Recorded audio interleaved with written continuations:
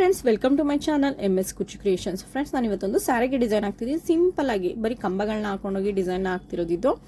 ಅದಕ್ಕೆ ಬಳಸ್ತಿರೋ ಬೀಡ್ ಬಂದು ಪರ್ಲ್ನ ತೊಗೊಂಡಿದ್ದೀನಿ. ಅದು ಬಂದು ಸಿಲ್ವರ್ ಕಲರ್ ಇದೆ ಜರಿ ಬಂದು, ಹಾಗಾಗಿ ನಾನು ಪರ್ಲ್ನ ಯೂಸ್ ಮಾಡ್ತಿದ್ದೀನಿ. ಫ್ರೆಂಡ್ಸ್, ನಾನು ಇವತ್ತು ಹಾಕ್ತಿರೋದು ಸ್ಯಾರಿಗೆ ಅಂತ ಹೇಳಿದ್ನಲ್ಲ, ಸ್ಯಾರಿ ಕಲರ್ ಬಂದು ಈ ರೀತಿ ಬಾಡಿ ಕಲರ್ ಪೂರ್ತಿ ಸ್ಕೈ ಬ್ಲೂ ಶೇಡಲ್ಲಿ ಇದೆ. ಇದು ಬಂದು ಬಾಡಿ ಕಲರ್ ಇರೋದು. ಇದು ಬಂದು ಪಲ್ಲು ಕಲರ್. ಇದು ಪಲ್ಲು ಕಲರ್ ಬಂದು ಪೀಚ್ ಕಲರ್ ಇದೆ. ಇದೆರಡು ಕಲರ್ ಕಾಂಬಿನೇಷನ್ ತೊಗೊಂಡಿರೋದು. ಮತ್ತು ಜರಿ ಬಂದು ಸಿಲ್ವರ್ ಕಲರ್ ಜರಿ ಇದೆ, ಅದಕ್ಕೋಸ್ಕರ ನಾನು ಪರ್ಲ್ನ ಯೂಸ್ ಮಾಡ್ತಿದ್ದೀನಿ. ಮತ್ತು 6 ಥ್ರೆಡ್ ತೊಗೊಂಡಿದ್ದೀನಿ. ನೀಡಲ್ ನಂಬರ್ ಬಂದು 9 ತೊಗೊಂಡಿದ್ದೀನಿ. 9, 10 ಅಥವಾ 11 ಮೂರಲ್ಲಿ ಯಾವುದಾದ್ರೂ ಕೂಡ ಯೂಸ್ ಮಾಡ್ಬೋದು. ಇದು ಪಲ್ಲು ಬಂದು ಪೀಚ್ ಕಲರ್ ಇರೋದ್ರಿಂದ ನಾನು ಸ್ಯಾರಿ ಬಾಡಿ ಕಲರ್ ಅಂದರೆ ಕಾಂಟ್ರಾಸ್ಟ್ ಕಲರ್ ತೊಗೊಂಡಿದ್ದೀನಿ. ಬ್ಲೂ ಕಲರ್ ಏನಿದೆ ಸ್ಕೈ ಬ್ಲೂ ಕಲರು ಅದನ್ನು ತೊಗೊಂಡಿದ್ದೀನಿ. ಫ್ರೆಂಡ್ಸ್, ನಾನಿಲ್ಲಿ ಫಸ್ಟಿಗೆ ಸ್ಟಾರ್ಟಿಂಗು ಒಂದು ಸಿಂಗಲ್ ಕ್ರೋಶನ ಮಾಡ್ಕೋತಿದ್ದೀನಿ. ಇದು ಒಂದು ಸಿಂಗಲ್ ಕ್ರೋಶ ಮತ್ತು ಪಕ್ಕದಲ್ಲಿ ಇನ್ನೊಂದು ಸಿಂಗಲ್ ಕ್ರೋಶ. ಇಲ್ಲಿ ಒಟ್ಟು 2 ಸಿಂಗಲ್ ಕ್ರೋಶನ ಮಾಡ್ಕೋತಿದ್ದೀನಿ.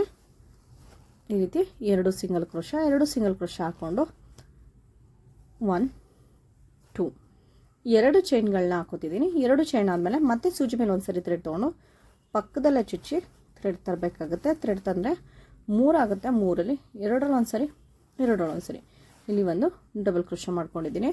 ಮತ್ತು ನೆಕ್ಸ್ಟ್ ಅದೇ ರೀತಿ ಒಂದು ಬೀಡನ್ನ ಹಾಕೋತಿದ್ದೀನಿ.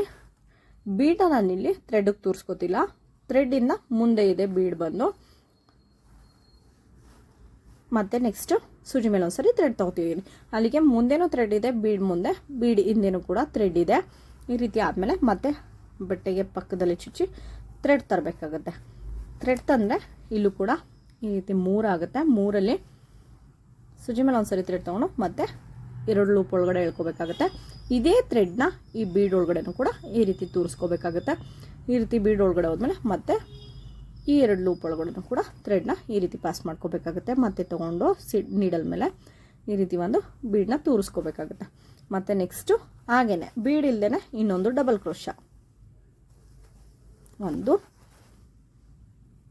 2 ಈ ರೀತಿ 2 ಡಬಲ್ ಕ್ರೋಶ. ಫ್ರೆಂಡ್ಸ್, ಇಲ್ಲಿ ನಾನು ಫಸ್ಟು ಒಂದು ಮಾತ್ರ ಡಬಲ್ ಕ್ರೋಶ ಹಾಕೊಂಡೆ. ಈ 2 ಚೈನ್ ಹಾಕೊಂಡಿದ್ವಲ್ಲ ಅದು ಕೂಡ ಒಂದು ಡಬಲ್ ಕ್ರೋಶ ಅಂತ ಕನ್ಸಿಡರ್ ಮಾಡ್ಕೋತಿದ್ದೀನಿ. ಅಲ್ಲಿಗೆ 2 ಡಬಲ್ ಕ್ರೋಶ ಆಗುತ್ತೆ. ಮತ್ತು ಮಧ್ಯದಲ್ಲಿ ಒಂದು ಬೀಡ್ಗೆ ಡಬಲ್ ಕ್ರೋಶ, ಮತ್ತು ನೆಕ್ಸ್ಟ್ ಬೀಡ್ ಆದಮೇಲೆ 2 ಡಬಲ್ ಕ್ರೋಶಗಳು ಈ ರೀತಿ ಹಾಕೊಂಡು ಹೋಗ್ಬೇಕಾಗುತ್ತೆ. ಇಲ್ಲಿ ಒಟ್ಟು 5 ಡಬಲ್ ಕ್ರೋಶಗಳಾಗುತ್ತೆ.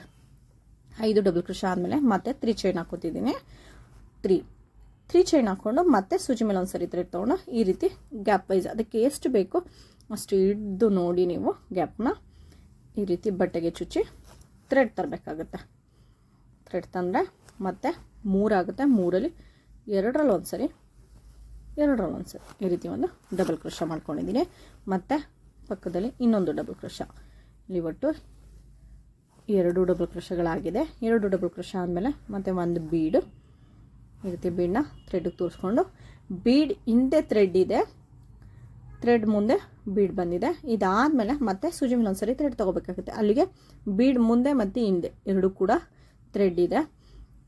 ಆ ರೀತಿ ಥ್ರೆಡ್ ಇಟ್ಕೊಂಡು ಮತ್ತೆ ಪಕ್ಕದಲ್ಲೇ ಚುಚ್ಚಿ ಥ್ರೆಡ್ ತರಬೇಕಾಗುತ್ತೆ. ಥ್ರೆಡ್ ತಂದರೆ ಅಲ್ಲಿಗೆ 3 ಆಗುತ್ತೆ. 3 ಈ ರೀತಿ ಒಂದು ಬೀಡ್ ಕೂಡ ಮಧ್ಯದಲ್ಲಿ ಸೇರಿಕೊಳ್ಳುತ್ತೆ. ಈ ರೀತಿ ಆದಮೇಲೆ ಮತ್ತೆ ಸೂಜಿ ಮೇಲೆ ಒಂದ್ಸರಿ ಥ್ರೆಡ್ ತೊಗೊಂಡು 2 ಲೂಪಲ್ಲೂ ಕೂಡ ಎಳ್ಕೋಬೇಕಾಗುತ್ತೆ. ಇದೇ ಥ್ರೆಡ್ನ ಮತ್ತೆ ಬೀಡ್ ಒಳಗಡೆನೂ ಕೂಡ ಎಳ್ಕೋಬೇಕಾಗುತ್ತೆ. ಈ ರೀತಿ ಮತ್ತೆ 2 ಲೂಪ್ ಆಗುತ್ತೆ. 2 ಲೂಪಲ್ಲೂ ಕೂಡ ಮತ್ತೆ ಥ್ರೆಡ್ ತೊಗೊಂಡು ಸೂಜಿ ಮೇಲೆ ಈ ರೀತಿ ಎಳ್ಕೋಬೇಕಾಗುತ್ತೆ. ಇಲ್ಲಿಗೆ ಒಂದು ಡಬಲ್ ಕ್ರೋಶ ಆಗುತ್ತೆ. ಡಬಲ್ ಕ್ರೋಶ ಹಾಕಬೇಕಾದ್ರೆ ಮಧ್ಯದಲ್ಲಿ ಒಂದು ಬೀಡನ್ನ ಸೇರಿಸ್ಕೊಂಡು ಹೋಗ್ಬೇಕು ಅಷ್ಟೇ. ಮತ್ತು ಒಂದು ಬೀಡ್ ಹಾಕಿ ಡಬಲ್ ಕ್ರೋಶ ಆದಮೇಲೆ ಮತ್ತೆ ಇನ್ನೆರಡು ಡಬಲ್ ಕ್ರೋಶಗಳು ಈ ರೀತಿ 2 ಡಬಲ್ ಕ್ರೋಶ. ಈ ರೀತಿ 2 ಡಬಲ್ ಕ್ರೋಶ ಆದಮೇಲೆ ಮತ್ತೆ 3 ಚೈನ್ 1, 2, 3 ಚೈನ್ ಹಾಕ್ಕೊಂಡು ಮತ್ತೆ ಸೂಜಿ ಮೇಲೆ ಒಂದ್ಸರಿ ಥ್ರೆಡ್ ತೊಗೊಂಡು ಸೇಮ್ ಅದಕ್ಕೆ ಎಷ್ಟು ಗ್ಯಾಪ್ ಬೇಕು ಅಷ್ಟು ಗ್ಯಾಪ್ ಬಿಟ್ಟು ಬಟ್ಟೆಗೆ ಚುಚ್ಚಿ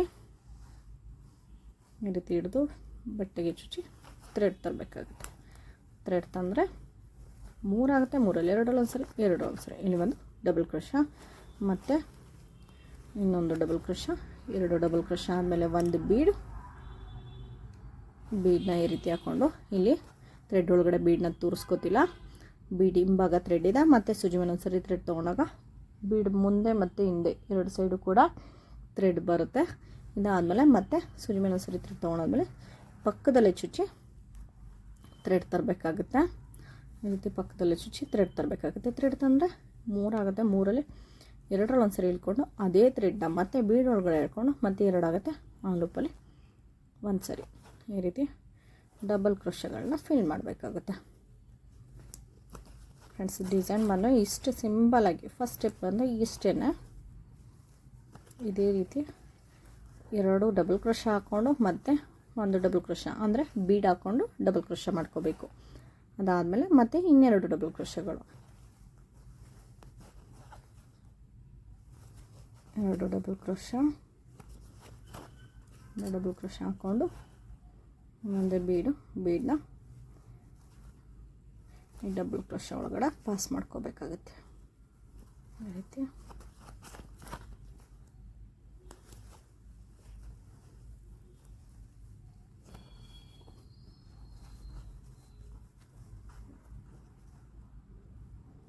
ಫ್ರೆಂಡ್ಸ್ ಇಲ್ಲಿ ನೀವು ಫಸ್ಟಿಗೆ ನೀವು ಅದಕ್ಕೆ ಎಷ್ಟು ಗ್ಯಾಪ್ ಬೇಕೋ ಅವಾಗ ಹಿಡಿದು ನೋಡಬೇಕಾಗುತ್ತೆ.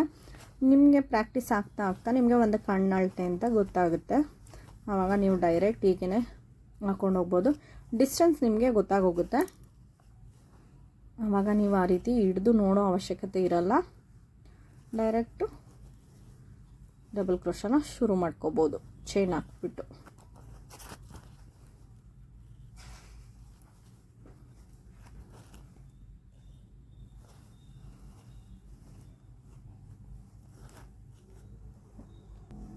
ಫ್ರೆಂಡ್ಸ್ ನಾನಿಲ್ಲಿ ಒಂದಿಷ್ಟು ದೂರ ಹಾಕ್ಕೊಂಡಿದ್ದೀನಿ. ಕಂಬಗಳಷ್ಟೇ ಇದರಲ್ಲಿ ಡಬಲ್ ಕ್ರೋಶ ಏನು ಹೇಳ್ತೀವಿ ಅದು ಮಧ್ಯದಲ್ಲಿ ಒಂದು ಬೀಡ್ ಸೇರಿಸ್ಕೊಂಡು ಹೋಗೋದು. ಫ್ರೆಂಡ್ಸ್ ಇದೇ ರೀತಿ ಪೂರ ಸಾರಿನ ಕಂಟಿನ್ಯೂ ಮಾಡ್ಕೋಬೇಕಾಗುತ್ತೆ. ಕಂಟಿನ್ಯೂ ಮಾಡಿ ನಾನು ಇಲ್ಲಿ ಕುಚ್ಚು ಕಟ್ಟೋದಕ್ಕೋಸ್ಕರ ಜಾಗ ತೊಗೊಂಡಿರೋದು. ಕುಚ್ಚು ಕೂಡ ಕಟ್ಟಿ ಯಾವ ರೀತಿ ಕಾಣಿಸುತ್ತೆ ಅಂತ ತೋರಿಸ್ತೀನಿ. ಫ್ರೆಂಡ್ಸ್ ಇಲ್ಲಿ ಕುಚ್ಚು ಕೂಡ ಕಟ್ಟಿ ಮುಗ್ದಿದೆ. ಈ ರೀತಿ ಬಂದಿದೆ ಡಿಸೈನ್ ಬಂದು.